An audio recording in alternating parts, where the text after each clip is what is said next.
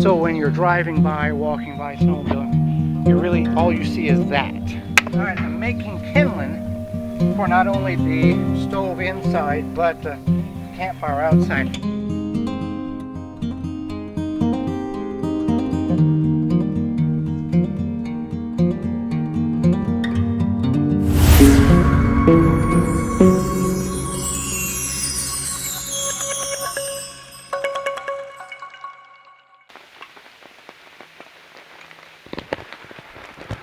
Welcome to Time by the Tent. This is not part 2 of last week. I did leave and came back, but the conditions are very similar to what they were if you watched to the end of last week's video. However, the rain in this situation is over, and it will be nice this afternoon and tomorrow. Just kind of observing the tent. Had some mice issue here with these windows. Unlike the small tent, which the windows open from the inside, the big tent, the 10 by 20, the windows open from the outside. So there is a pocket here where mice will crawl up and pack material. And I saw this more this week, first time ever, and pack a lot of material in there. And then this one has a small hole in it. And the one behind the bed has a small hole in it.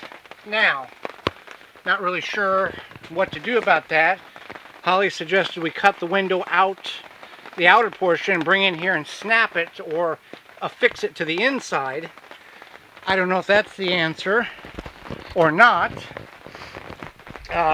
If it does become a more persistent problem, we do have this flap in which we cut the wall or the doorway out, and we do have the tent material in which we can take the power station out with a hot glue gun and cover them holes up. So,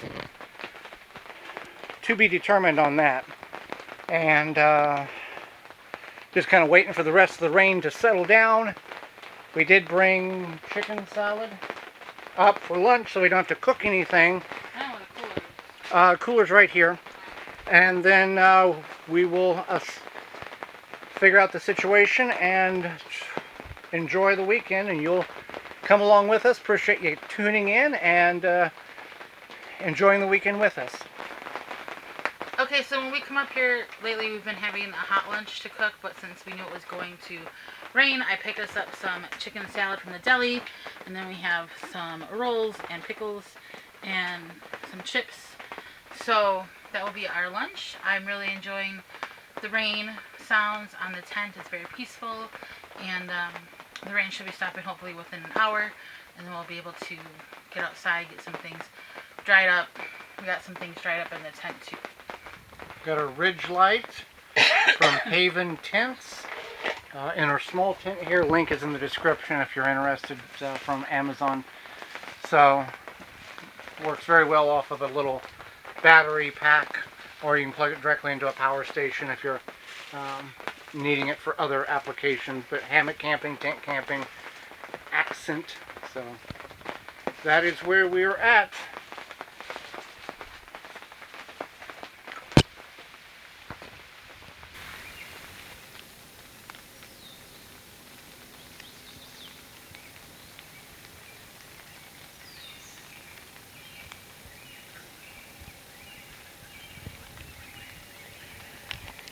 Well, for the most part, the rain has subsided. There's still a little bit here and there, but if you're not familiar, in the instance of after rain in the trees like this, it just clings to the leaves, and then every time the wind blows, it feels like it's raining in the woods again. So I'm up here where we clean an area where Holly's going to have a little nook or place or station, whatever you want to call it, overlooking the lake pond lagoon thing, and I am going to trim some of these lower limbs off here that are dead, give more of a easier access to look out there, and then it'll probably be tomorrow because it's too wet now. I'm going to cut, there's a lot of trees that have gone down, I'll show you that in a minute, um, 50, 25 more yards that way, it goes down over the state trail onto the other side of the property. So I've cleaned the trail all the way from the tent to here, and I need to clean, I'm not going to clean the trail like I have for Holly, but I do want to clean a walk path, cut those area out path for where those trees are at, in order for me to get access to that little trail over there and get across to where I have a tree stand, so I'm not having to move around all this junk at night or in the morning when I'm trying to get to or from the stand.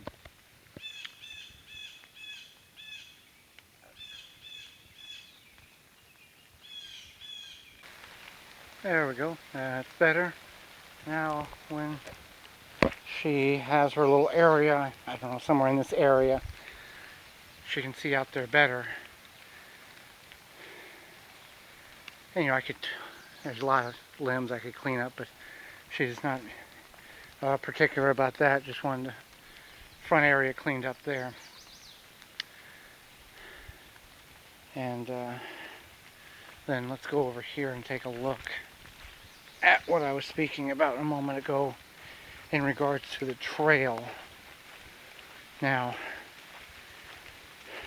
during turkey season, I went ahead and cleaned this trail far before the foliage all came out. And it's a very nice trail, and raked it in order to get down to see what was to the level of the ground level.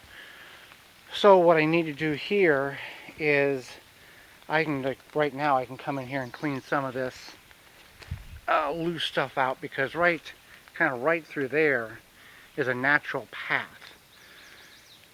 And then there's a whole bunch of trees down up here. I'll follow this path through here,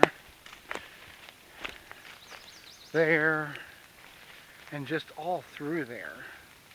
A lot of pines have dropped, and I want to have about a 3-foot wide path, another 20 yards, in order to get to the step off of that trail and to get to the other side.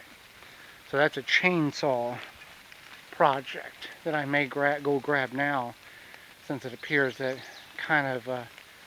we're in a situation where it's just going to be water on the leaves, and just get it done now and make it happen. Alright, in the process of cutting this out, the wood of these trees that have fallen, I was thinking would be good, or possibly good firewood. I mean, that one's not terrible. Some of which I've cut. It's just kind of like that one there. It's just a lot, I don't think it's worth the effort of coming approximately, I don't know, not quite a quarter mile through the woods to try to get this wood when I can come 250 feet from where we parked the car, and I know I got good wood there. So anyway, I'm going to keep working through here, just enough for me to walk through it in the morning or at night, to get to the little step down, to get to the trail and get to the other side. Okay, so I got the path cut. That is, at some point years and years and years ago, there are some railroad timbers there, and I need to take this tree out here. Yep, done. It was so rotten, it just goes right out. Okay, but got a private property sign right there. That's a state hike, bike, horse, snowmobile, four-wheeler trail. Other side is our property. I'm going to leave some of that debris there. I'm not going to touch any more there. I want to kind of let it be. So when you're driving by, walking by, snowmobiling, all you see is that. Here, I'll show you there. You just see that. It just looks like an open area. and then I'm standing on those timbers. So then, for me, I can walk in here carefully between the two trees.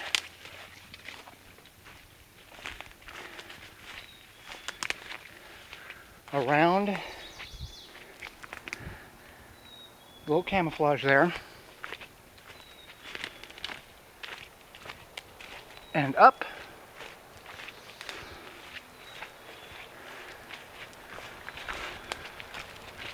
just like this. Now I can walk to that other side, get all that cut by bouncing you around a little bit here, but I've been wanting to do this since about the second month of owning the property. And there's the main trail there going up to where Holly's little location is. So that job can be marked off the list. Happy with that. That'll make getting in and out much easier. I can walk down the trail, yes. But there are certain times of day where the trail is very, very active. And I'm sure it's part of some rule or regulation or whatever. But our property is marked no trespassing on both sides. And we are up on a hill or a plateau, and the trail is about 20 feet lower, as you can see where I'm sitting right here. There's a significant drop-off and incline over there. I think most, if not anybody that drives down, walks down, rides down this trail, has no clue that we have a camp over here. That's the way I want it. The adjacent property is level with the world, and when you drive down the main road, you can look right all the way into the backside of the property and you can see those people's camp all the time. Here, unless you're looking at the road and up the hill, all you see is a trail that says private property. So that's the way I like it. Fewer people know about it, the less chance somebody's going to step off and go, let's explore. In addition to that, that's why we have signs indicating that we have security, and we have that Tacticam overseeing the camp year-round as another level of protection and security. So that job's done. Was not as bad as I thought. I need to cut wood tomorrow. I don't think I'm going to cut it today down there where the trees are going to be. Of course, I'm soaked right now, but I just don't like being extra wet if I don't have to be.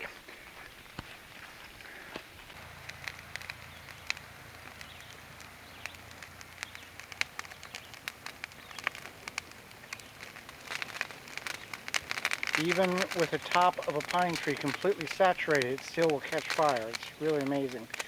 Had a box there with a lot of old box with just other cardboard pieces, and rain has stopped, so we're going to get the fire going here.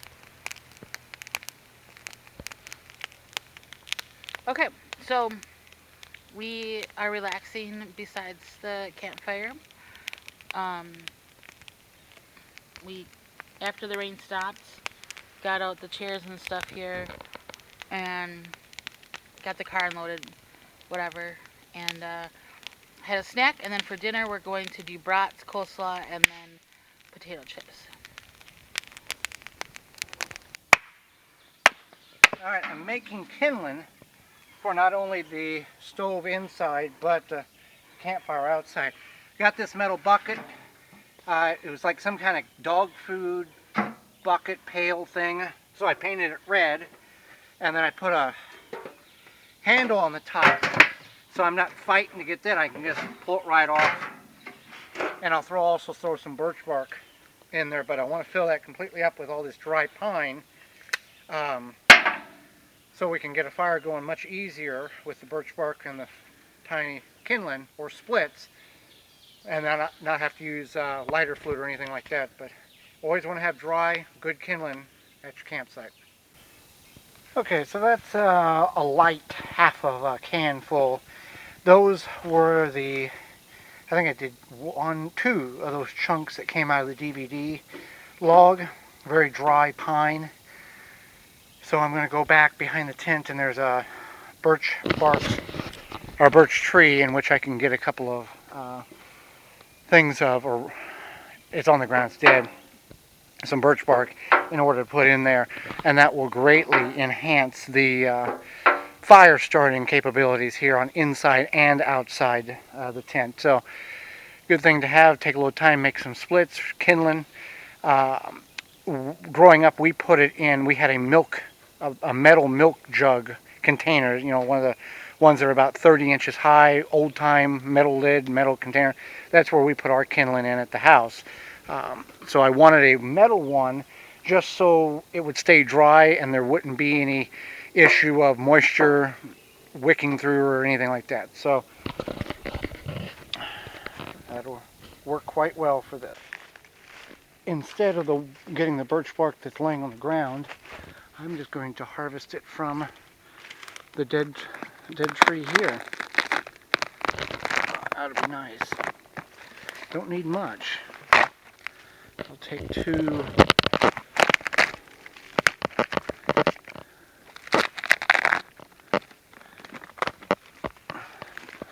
couple of chunks. There we go. That'll be enough.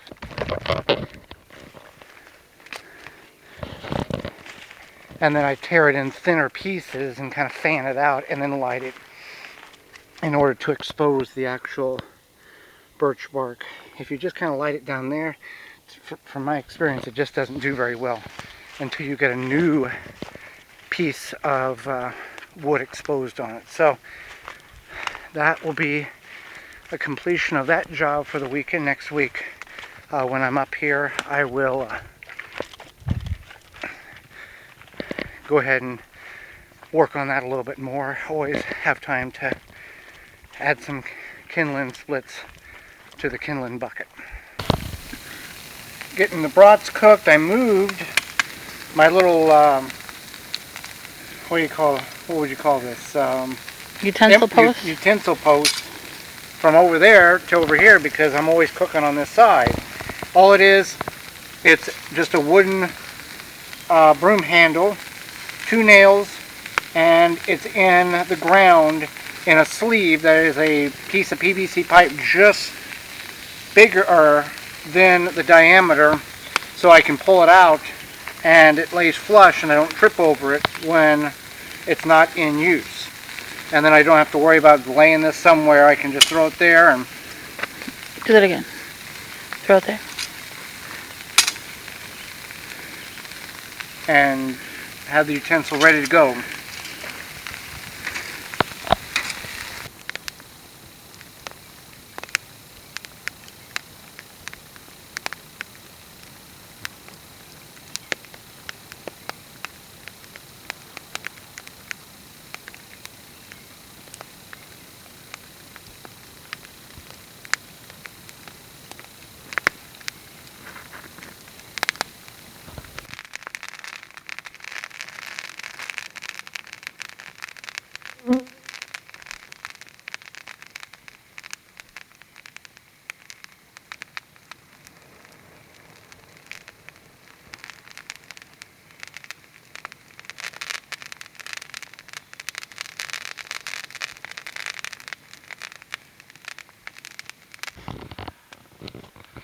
Okay, so Joey's putting our flag up from emflag.com.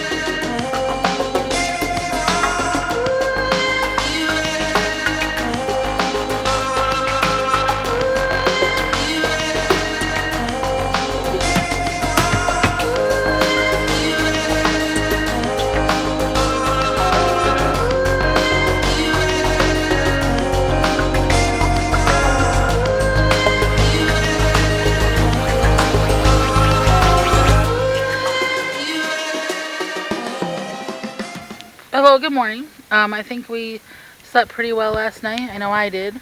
And Joey made some pancakes. They're very fluffy. Added an extra egg. Instead of 2, I added 3 eggs, so they became much fluffier. I like them fluffy. I think they're good. Okay, so we get these little, I don't know, weeds that pop up around the campsite. So Joey just sickles them when needed with our, I think that's a sickle. I don't know what you call it.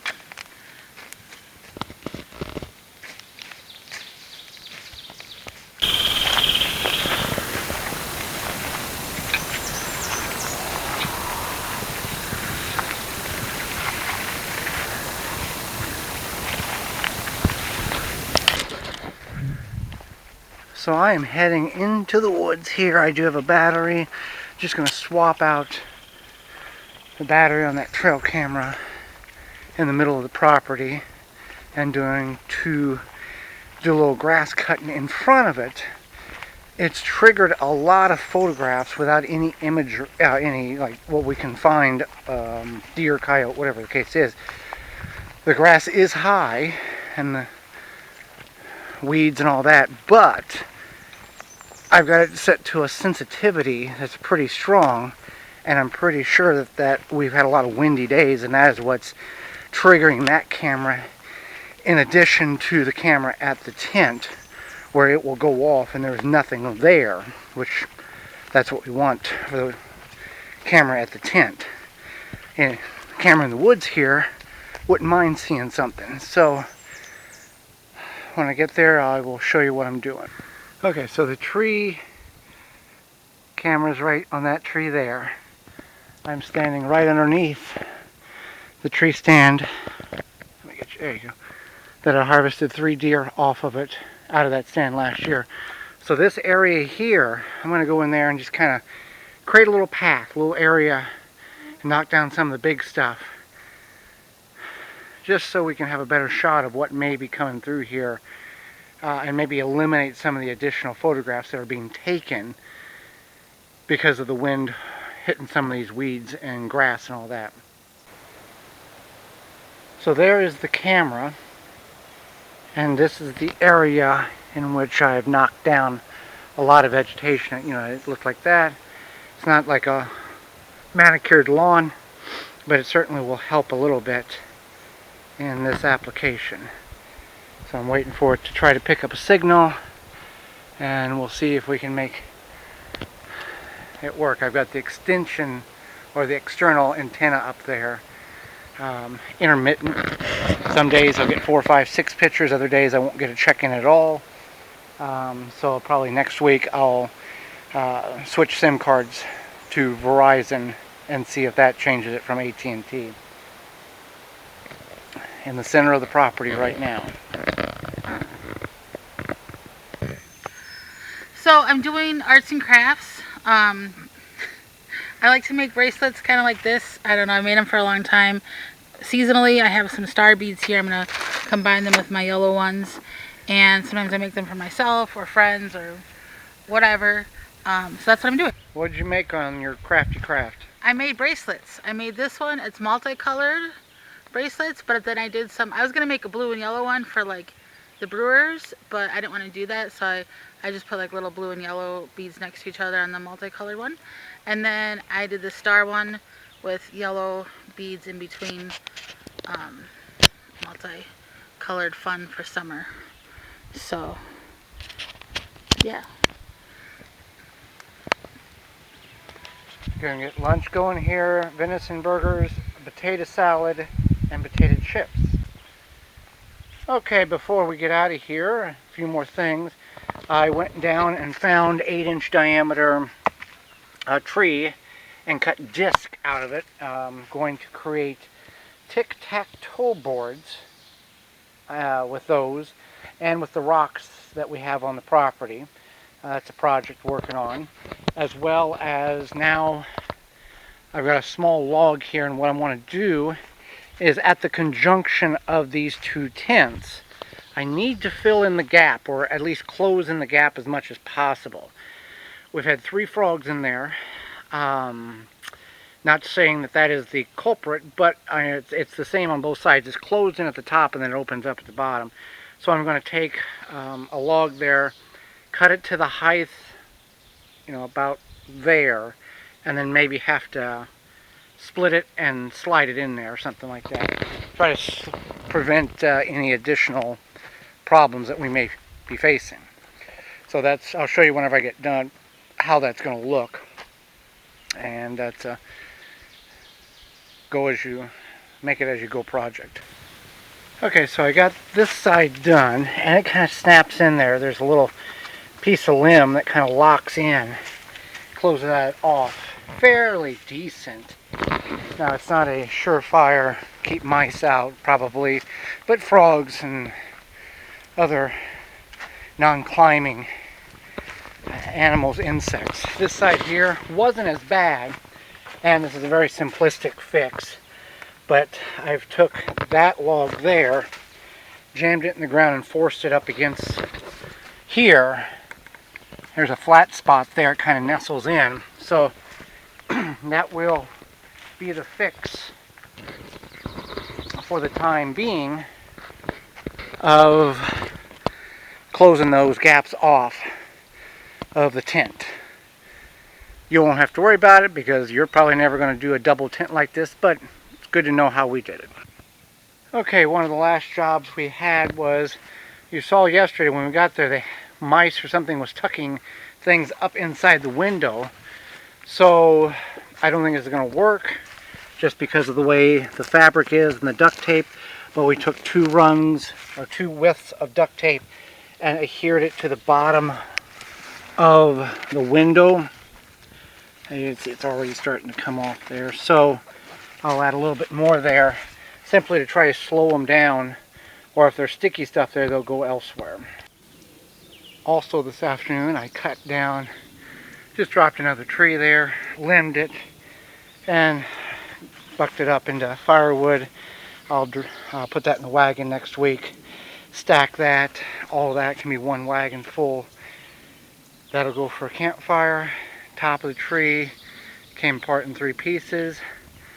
That will all be for campfire as well. So got a little project ahead for next week. Got to get more firewood up there. I know I've got some, but I can never have enough. And that's the way you always want to have, 10 times more than what you think you're going to need. Now, we haul wood up. I try to haul wood up on a regular basis, which I'd like to a little bit every week, but that's not always possible. But that's part of the process. Thank you so much for joining us this weekend, getting the security camera hooked up and signal locked in, and we'll be out of here. Why don't we put wood, W-O-O-D, in the comments below to let me know that you made it this far. Appreciate you coming along. If you like this kind of thing, consider subscribing and let us know where you're watching from. So until next time, thanks for watching, and we'll see you then.